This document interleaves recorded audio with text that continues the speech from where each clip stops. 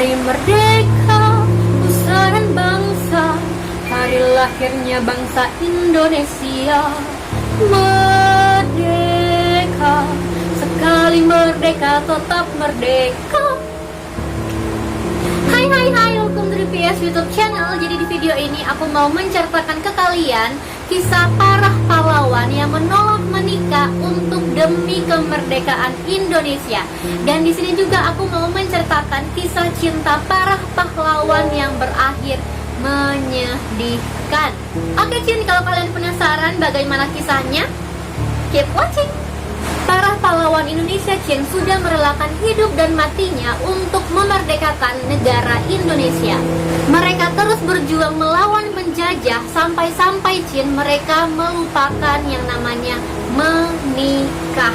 Oke, siapa saja pahlawan yang menolak menikah? Keep watching.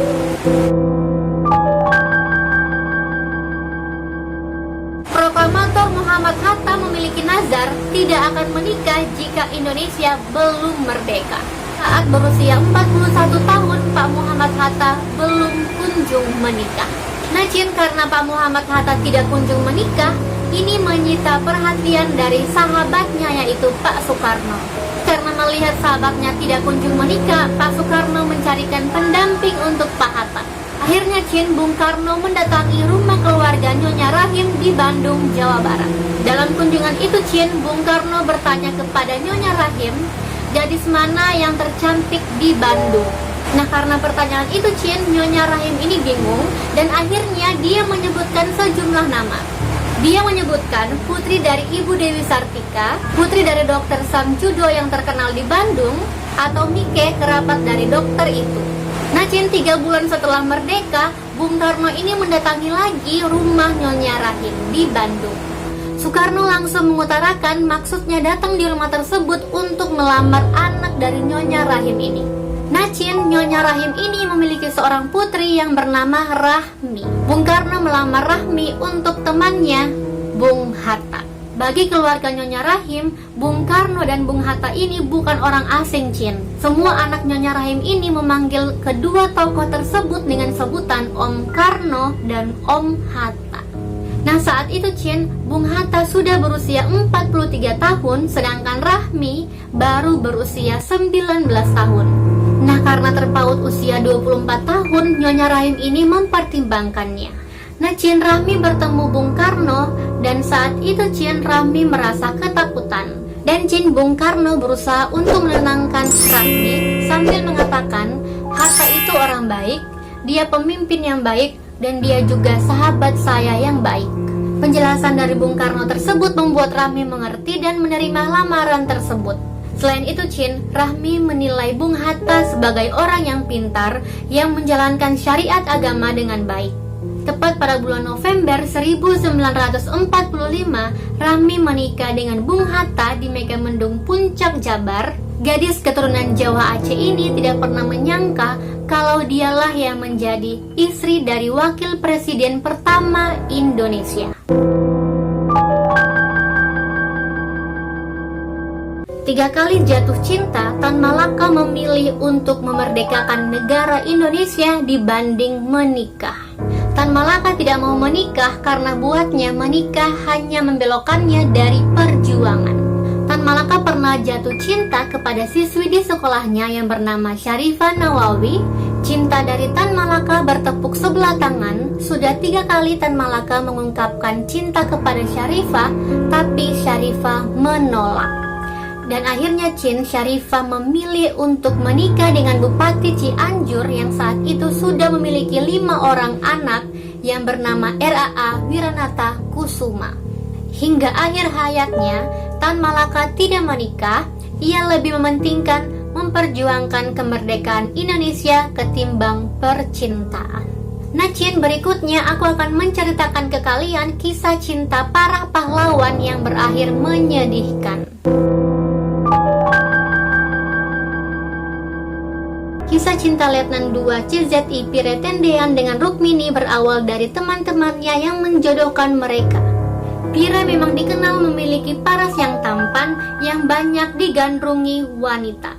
Tapi Cin, Pire hanya mencintai Rukmini. Namun baru saja memulai hubungan serius, Pire mendapatkan tugas untuk mengikuti pendidikan intelijen di Bogor. Akhirnya Chin, Pire dan Rukmini menjalani hubungan LDR atau hubungan jarak jauh.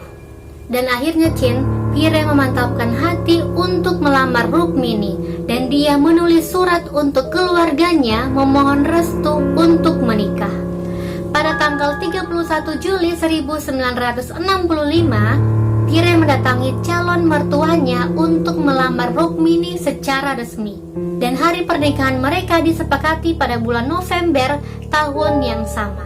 Tapi cinta mereka tidak berujung sampai pernikahan. Pire tewas dan jasadnya dikubur di lubang buaya pada tragedi gerakan 30 September alias G30S. Padahal 2 bulan lagi Pire akan menjadi pengantin. Pire dan Rukmini bertemu terakhir kalinya pada saat lamaran. Cinta jarak jauh juga pernah dialami Sultan Syahrir dan Maria Johanna Ducteu. Pertemuan keduanya saat Syahrir berada di Belanda. Saat di Belanda, Syahrir tinggal di rumah temannya yang bernama Saltas. Nah, Saltas ini adalah suami dari Maria Johanna Ducteu. Kondisi rumah tangga Saltas dan Maria sedikit goyah karena Saltas hanya sibuk dengan urusan politik. Sedangkan Maria membiarkan Saltas berhubungan dengan teman dekatnya yang bernama Judith. Karena renggangnya hubungan rumah tangga Maria dan Saltas, akhirnya Maria jatuh cinta kepada Syahrir karena kecerdasannya dan penuh humor. Dan Syahrir dan Maria menjalin hubungan sebatas sahabat. Saking dekatnya Maria memiliki panggilan sayang untuk Syahrir yaitu Sidi dan panggilan sayang Syahrir untuk Maria yaitu Miske. Suami dari Maria yaitu Saltas mengetahui hubungan Syahrir dan Maria, tapi Saltas tidak sakit hati karena Saltas sudah menjalin hubungan dengan teman dekat dari Maria yaitu Judith. Namun keduanya terpisah saat Syahrir dipecat dari Perhimpunan Indonesia dan kembali ke Indonesia. Maria berniat untuk menyusul Syahrir di Indonesia setelah mengurus perceraiannya dengan Saltas. Kemudian pada tanggal 10 April 1932, Syahrir dan Maria menikah di sebuah masjid di kota Medan. Tapi pernikahan mereka hanya bertahan selama 5 minggu. Maria yang sehari-hari senang menggunakan kebaya dan kain mengundang perhatian dari orang Belanda. Polisi Belanda menyelidiki pernikahan Maria dengan Saltas dan akhirnya polisi itu menemukan Saltas belum menceraikan Maria secara resmi. Pernikahan Maria dan Syahrir dibatalkan pada tanggal 5 Mei 1932 oleh aparat setempat. 5 hari setelahnya, Maria dipulangkan ke Belanda. Padahal saat itu Maria sedang mengandung anak dari Syahrir. Tapi Syahrir dan Maria menjalin hubungan jarak jauh. Tapi Maria dan Syahrir akhirnya kembali menikah, tapi Maria tetap tinggal di Belanda. Tapi karena hubungan LDR dan pekerjaan Syahrir dari tahun ke tahun terus bertambah, dan akhirnya api cinta mereka berdua padam setelah Indonesia merdeka dan Syahrir menjadi Perdana Menteri pertama Indonesia. Akhirnya Syahrir dan Maria resmi berpisah pada tahun 1947. Kemudian Syahrir menikahi gadis asal Sumatera yang bernama Siti Wahjuna Saleh alias Poppy. Mereka akhirnya menikah di Kairo, Mesir pada tahun 1951. Mereka dinikahkan oleh Rektor Universitas Al-Azhar, Syekh Abdul Magud Selim. Nah, itulah pahlawan yang menolak menikah sebelum Indonesia merdeka dan kisah cinta para pahlawan yang berujung menyedihkan. Bagaimana menurut kalian? Komen di bawah. Oke sekian dulu video hari ini. Kalau kalian suka sama video ini, please like this video. Jangan lupa komen di bawah kalau kalian mau request aku bikin video apa selanjutnya. Dan jangan lupa subscribe dan nyalain notifikasinya supaya kalian gak akan ketinggalan sama video aku berikutnya. Dan jangan lupa follow Instagram aku @deputrisabria karena aku sering update video-video apa yang aku akan upload di YouTube channel aku. Bye, see you di next video.